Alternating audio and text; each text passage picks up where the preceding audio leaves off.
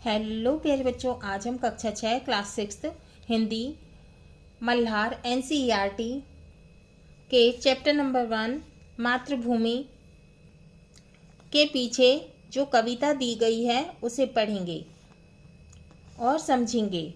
पढ़ने के लिए क्या दिया है? पढ़ने के लिए पुष्प की अभिलाषा। कविता का नाम है पुष्प की अभिलाषा और इसके कवि हैं माखनलाल चतुर्वेदी जी। तो ये लिखा है माखनलाल चतुर्वेदी जी ने। कविता शुरू करते हैं। चाह नहीं मैं सुरबाला के गहनों में गूथा जाऊं, है ना। तो पुष्प का अर्थ होता है फूल, है ना, कुसुम। तो पुष्प कह रहा है कि चाह नहीं मैं सुरबाला के गहनों में गूथा जाऊं। तो पुष्प कह रहा है कि मैं यह नहीं चाहता कि मैं सुरबाला के गहनों में गूथा जाऊं, है ना।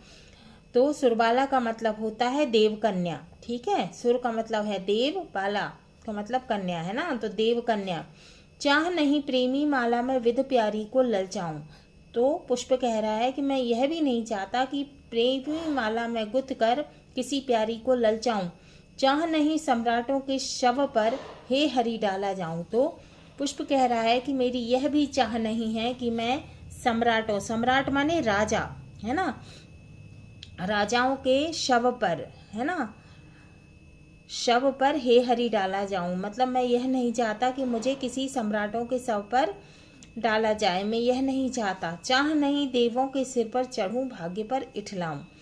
देव माने देवता, है ना। तो पुष्प कह रहा है कि मैं यह भी नहीं चाहता कि मैं देवों के सिर पर चढ़कर अपने भाग्य पर इतराऊं, है ना, घमंड करूं। मुझे तोड़ देना वनमाली। तो पुष्प कह रहा है कि हे वनमाली मुझे तोड़ देना, उस पथ में देना तुम फेंक, और मुझे उस रास्ते पर, पथ का मतलब होता है रास्ता, तुम मुझे उस रास्ते पर फेंक देना मातृभूमि पर शीश चढ़ाने, है ना। तो क्या कह रहा है? मातृभूमि पर शीश चढ़ाने।